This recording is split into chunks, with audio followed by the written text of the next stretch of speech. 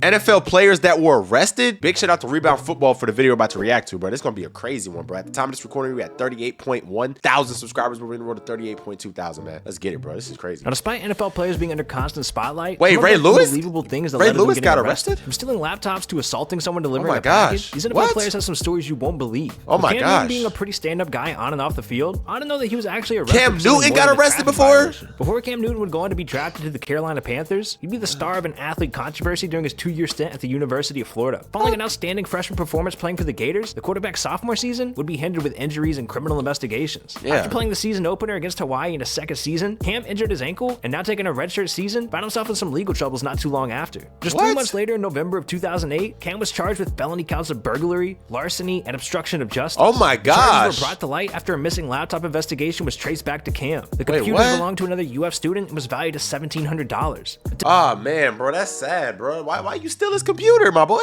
Damn, that's crazy. I ain't gonna lie, bro. Like, so grand larceny is anything. It depends on the state, I think. In Florida and Virginia, where I live, it's anything over $600, bro. And I can tell you guys an interesting story, bro. It's gonna be crazy, bro. You know what I'm saying? Listen, my life has changed a lot. YouTube changed my life, but when I was growing up, I did some things I ain't even proud of, bro. I can't lie to you, bro. I'm keeping it G real with y'all, but I changed my life, bro. But you know what I'm saying? If you're going through a situation, just know change your life, bro. It's not worth it. But boom. So let me tell y'all real quick, right? Actually, I'll tell you at the end of the video. If y'all want to listen to it, wait till the end of the video. It's an interesting story about how I basically, you'll see. Attempting to hide the evidence, Cam tossed the laptop out of his window in a desperate effort to hide it from police who were entering his dorm room. But the laptop Bro, are was you dumb? This guy went out the window like they're not gonna find it outside. I ain't gonna lie. We do stupid stuff when we're young, so it's all good. found in the neighboring dumpster located just next to the athlete's dorms, and Cam was subsequently charged with its possession. Now facing felony charges, Cam was suspended from the team indefinitely, but Cam was able to escape prison time when he agreed to a plea deal that made him participate in a pre-trial diversion program. He was accepted, and as a result, all charges against Cam were dropped. In retrospect, Cam referred to this incident as the lowest point in his life that changed him forever, and represented him hitting rock bottom. But this would be Cam's only time in hot water during his time at UF. He also faced possible expulsion from the school after racking up 3 charges for academic dishonesty in 2010. A slip-up that marked the last chance that he had, as soon prompted his transfer to Blinn College. Wait, what's academic dishonesty? I never heard that in my entire life. I've never heard of that. What is that, guys? Go in the comments. Somebody tell me. Tell me the definition of it, and I'll pin your comment, bro. I'm curious. Time at UF, Cam was still able to salvage his college football days. He ended up winning 2 national championships, one at Blinn College, and the other one after his last transfer to Auburn University. Eventually becoming eligible for the 2011 NFL Draft, Cam was selected first overall by the Carolina Panthers. So it's safe to say the lesson was learned, but Cam talked about his slip-ups when he was younger, saying, "For a person that probably made a mistake, no matter what it was, just try to be better from it. I have people that I know that are in the penitentiary, family members that are incarcerated. Real That talk, doesn't bro. define them. We're all owed a second chance, even a third and fourth chance. This is what you learn from it that defines you." I'm telling you, bro, God gave me a lot of chances, bro. Like, I don't know if when I hit 1 million subscribers on my main channel, I'm gonna do a draw my life. I'm gonna break down a lot of things that I did and went through, you know, you guys wouldn't even believe it, bro. And it's so interesting, like, when I hang around people, bro, like, cause I'm such a nice guy, bro. Like, I've always been my whole life, but like, especially now more than ever, I'm just very happy and blessed to be in my position. So I move around with a lot of grace. I'm always happy, most part, smiling, happy, laughing. So I get around people, bro, and they just, I don't know, that, like, I'm not gonna say any names, but recently I was with some guys, we was all hooping and stuff like that. You know, we was all talking, and they were saying that I was being soft. Like, oh, you're being soft, bro. You're not playing hard. And I'm just like, I'm happy to be here, bro. I'm hooping with, you know, people I was hooping with was, you know, these people I grew up watching. You know, I'm just happy to be here. And it's like, they're like, oh, where you from? I was like, oh, you know, I grew up in Virginia Beach. And the dude was like, yeah, you know, people from Virginia Beach, they known to be soft, so I get it. And I didn't even say nothing. I just laughed, just like, bro, yeah, cool, bro. But like, if you knew my life before this, bro, I'm not soft, bro. And I've been through a lot and done a lot of stuff. Things I'm not proud of, things I don't even speak on, and things that I'm far removed from. But God gave me a second chance, bro. Multiple chances, man. I'm just so happy, man, because YouTube saved me, bro. I'm telling you, bro. But I'll speak on that later on in my career. But yeah. I've always had it marked on my calendar each and every year. I call it my resurrection day because a lot of me changed that day for obvious reasons. My biggest scar, in essence, being embarrassed ended up being my biggest scar. With Antonio Brown being one of the best and highest paid receivers the game had to offer, Shout out to Cam Newton, legal bro. troubles and crazy Instagram live videos have caught up to him quickly over recent months. What? Avoiding mass controversy for the better part of his entire career, it seemed off that suddenly in 2018, Antonio went on a streak of bad fortune. Starting out in April of 2018, Antonio was sued after an incident that took place in his apartment. Oh my gosh. Furniture out of his window 14 stories above. To make he threw furniture out of the 14 freaking foot window, 14 story window, bro. You could have killed somebody. Oh my God. What if there was kids out here, bro? No, that's actually crazy. That's like bad. This is like really bad, bro. Only the fact that an innocent kid could have got hurt or worse. Wow. Worse, the furniture nearly hit a 22-month-old child in the See, a 22-month-old child. What did I just say? Oh my gosh, AB. Hey man, I'm just glad nobody got hurt, man. Oh man, that's apartment crazy. patio below. The plaintiff, the father in the Wow. lawsuit, stated that Mr. Brown's out-of-control and inexcusable behavior could have killed my son. His reckless tantrum displayed complete disregard for the safety of others. We intend to hold Mr. Brown accountable to hopefully ensure that something like this never happens again. Following that incident in 2019, Damn, Antonio bro. received an additional 2 lawsuits. These lawsuits were for sexual misconduct and had alleged Antonio of sexual harassment and more, including over 11,500. Yeah, with things like this, I'm just not going to speak on it. You know what I'm saying? There's no win-win situation in these type of talks. All I will say is I hope no one was hurt and I hope everyone's okay. Yeah. In unpaid fees. One filed by former trainer Brittany Taylor alleged that Antonio raped her, but Antonio's defense attorney denies any unconsensual ever having taken place. It currently is undergoing a countersuit against Brittany Taylor for defamation of character. Antonio's counsel released a statement after the countersuit was filed saying, not only does Mr. Brown seek to clear his name, but he also desires to make a statement that there's not an open season to extort professional athletes. The lawsuit prompted Antonio's release from the New England Patriots despite having signed a 1-year, $15 million contract and having played 1 game for the season. Now without an NFL. Damn, so the Patriots cut him off of allegations. See, that's the thing. That's why I don't speak on this stuff. You just never know because she's saying it happened, he's saying it didn't. You know, it gets dicey, bro. It's very weird, bro. And only people who knows what happened is them two and God, bro. So I feel like we shouldn't be allowed to have an opinion on it, honestly. NFL team, Antonio became a free agent in search of a team that'd pick him up. And just recently in January, Antonio became the topic of discussion once again after an incident that involved him assaulting a driver that led to his arrest. An argument broke out between Antonio and the driver delivering goods to his house when they were disputing the charges. Antonio was charged $4,000 for the delivery, and after arguing, Antonio allegedly climbed into the vehicle and started to pull and grab the driver out. Yeah, you can't do that, bro. You can't Antonio do that, took the keys and opened the back of the trunk and just started to unload the boxes with his friends. An arrest warrant was placed on Antonio for burglary with battery, burglary of an unoccupied conveyance, and criminal mischief. So basically, he didn't want to spend the 4 bands.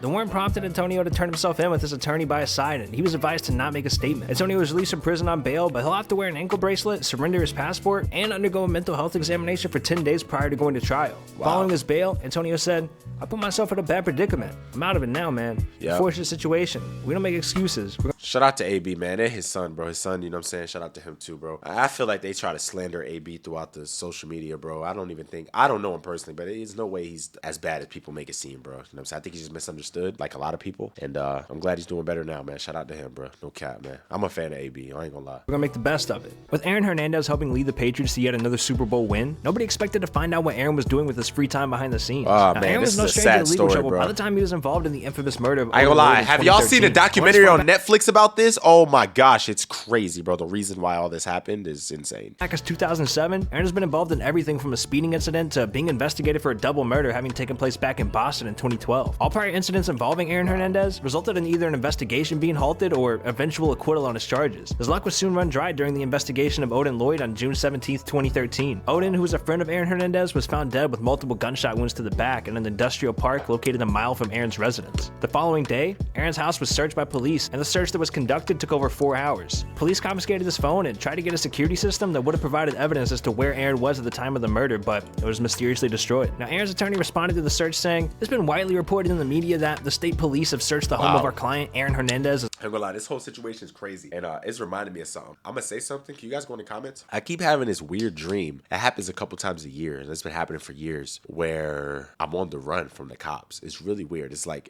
I did a horrendous crime. I don't know. In my dream, I never see what the crime is, but it's like I did a crime, and I'm on the run from the cops. And sometimes in a dream, I'm either like on the run, or got caught and I'm getting arrested, or I'm actually in prison, having to spend years in prison. And it's the scariest dreams ever. Like, I don't know why. It just feels so much anxiety inducing. I don't know why I keep having those dreams. I don't know what it is, bro. I talked to my therapist about it. He said he thinks it's because like I'm running from my past or something, or like maybe I don't know. It's a weird thing, bro. It's pretty vulnerable how I'm being with you guys right now. I'm usually not this vulnerable. I don't really speak about my life, but I don't know. Something just compelled me to do it, and I got the best supporters. So I feel like you guys are gonna go in the comments and give me some good advice about everything, So just let me know, bro, why I keep having those dreams. It's a weird dream, bro. It's like I want to run from the cops. And also, when I was a kid, I used to have this weird dream that like I was falling, like I'd just be falling from the sky, bro. And as soon as I hit the ground, I'd wake up. Weird. Or sometimes I have a dream like a killer clown with a chainsaw is chasing me, and every time like I'll run to the door, and when I get to the door, it's locked and I can't escape. And I turn around, and he's getting closer and closer. And as when he gets to me, I wake up. It's like weird, scary dreams that I just be randomly having, bro. I don't know why, bro. Go in the comments and know if you guys experience that too. As a part of an ongoing investigation, out of respect for that process, neither we nor Aaron will have any comment about the substance of that investigation until it has come to a conclusion. And Aaron assured both Bill Belichick and owner Robert Kraft that he was in no way involved in the murder. But about a week later, Aaron was officially charged with first-degree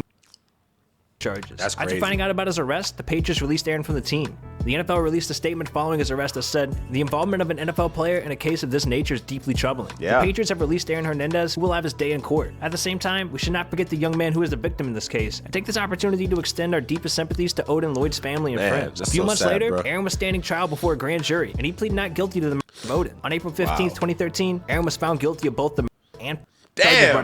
He was sentenced in accordance to how the you in the Massachusetts minimum NFL and you sentence killed, bro? Like, received a come life on, sentence bro. without the possibility of parole. No clear motive was ever found as to why Aaron killed Odin, although it's been speculated that he may have been killed by Aaron because he feared Odin may spread word about his rumored. After serving just 2 years in prison, Aaron too. inside of the cell using his own bed sheets. Ah, man. Because he was in the middle of still appealing his charges at the time of his death, he was considered innocent, and a legal loophole ensured that he'd be an innocent man. His charges were vacated following.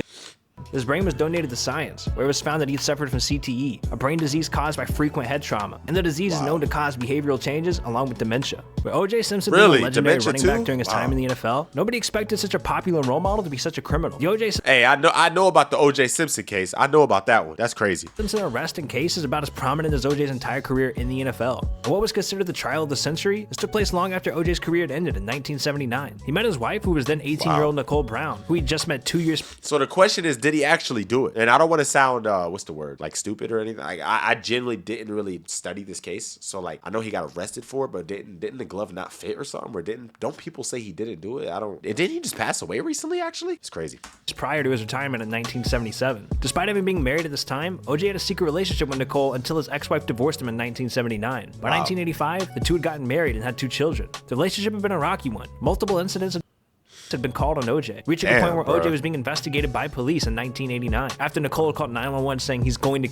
OJ pleaded no contest to the and charges never stuck. Nicole, who was tired of the filed for divorce in 1992. And the two bro, if that's real, bro, bro, I don't play about that, bro. You know what I'm saying? Like, you don't put your hands on a woman, bro. For all my guys watching, because I know most of y'all are boys, don't you ever put your hands on a woman, bro. Real talk. No matter what. Even if she hits you, bro. It's not how you do it, man. It's not how a man moves. You break up with her and you move on and continue your life elsewhere. Do not be that guy, bro. Because if you are and I find out about it, I would not have no respect for you, bro. And I would undeclare you as a supporter, bro. We don't play that over here with the Mack family, bro. Ever put your hands on a woman, bro. Real. Separated. She continued to see OJ, and finally, after one last incident in 1993, when Nicole called 911 again, so the two finally separated for good. On June 13th, 1994, Nicole Brown, alongside friend Ron Goldman, were found outside of Nicole's residence. Detective called OJ after discovery of his ex-wife's body and reported that while OJ sounded upset, he didn't sound concerned about his ex-wife's death. In the meantime, detectives have been using clothing and hair fibers extracted from the scene to gather as evidence. And based on the evidence extracted from the scene, where detectives were able to make a clear enough connection to OJ having been involved. And as a result, an arrest warrant was issued to his name. OJ was eventually brought in for questioning, but then promptly released. Later that week, he stayed with friend and eventual attorney Robert Kardashian. And the next day, LAPD had informed OJ's attorney Shapiro that he would need to surrender himself to police or face being a fugitive. But he's such a high-profile celebrity, police had not considered the scenario where OJ wouldn't crazy, bro. I can't believe this, bro. And to the surprise of hundreds of reporters awaiting I know OJ this is at the old, police but it's station, still he did not shocks come me. in quietly. Instead, OJ left the public letter which stated, "First, everyone understand, I have nothing to do with Nicole's murder. I loved her. Always have, always will. If we had a problem, it's because I loved her so much. Recently, we came to the understanding that for now, we're not right for each other. At least for now. Despite our love, we were different. And that's why we mutually agreed to go our separate ways. It was tough splitting for a second time, but we both knew it was best. Inside, I had no doubt that in the future, we would be close friends or more. Unlike what has been written in the press, Nicole and I had a great relationship for most of our lives together. Like all long-term relationships, we had a few ups and downs. All during the meanwhile, OJ had fled that day in a white Ford Bronco, instigating a highway chase. Over 95 million people around the world watched the live chase, wondering if it was going to end with. That's what I'm saying. Like, bro, OJ, like, if you didn't do it, why were you running from the cops, bro? Why don't you just stop? You know what I mean? Like, isn't there a movie about this or a TV show or something? After nearly 3 hours, the chase ended. OJ returned home, spoke to his mother, drank a glass of orange juice before finally surrendering to the police. Facing 2 counts of first-degree with special circumstances and multiple man, he did not qualify for bail, and he went off to sit in jail until the conclusion of his trial. 474 days later, and after pleading not guilty, it was time for the jurors to state their sentencing, and they famously found OJ not guilty on both. He was subsequently acquitted. Oh, he was not guilty? Wait, then what did he do jail time for if he was found not guilty? I'm confused. Somebody go in the comments, let me know. I'm confused about that, bro. Known Raven of all time, it shocked many fans and people. Wait, around the Ray league Lewis when went to Ray jail? Was arrested on Super Bowl day in February of 2000. Ray and his two friends decided to go clubbing in downtown Atlanta. After a long night of partying and celebrating, the three exited the club around 3:30 a.m. to enter Ray Lewis's rented limo. Both friends of Ray got into an altercation prior to getting inside the limo with two other clubgoers. And after a champagne bottle was used to whack one of Ray's friends on the head, punches started flying from both groups. Ray would later testify in court that during the whole fight, he was propped up against the limo, not engaging, despite his friends being involved. The fight ends with two men from the club being oh my gosh. The limo where a was fired at them from the wow. What should have just been a drunken club fight escalated into double.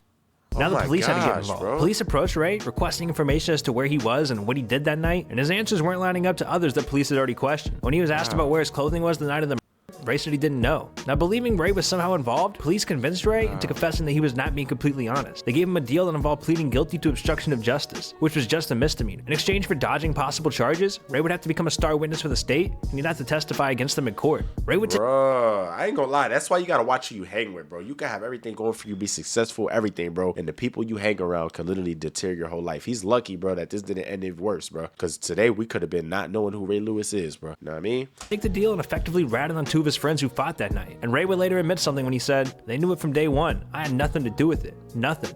I sat down, looked at the man in the eyes and said, "You'll sit here and tell me you don't care about the truth? Tell the world that." Same way you got up and said without a shadow of a doubt, "We can prove that Ray Lewis."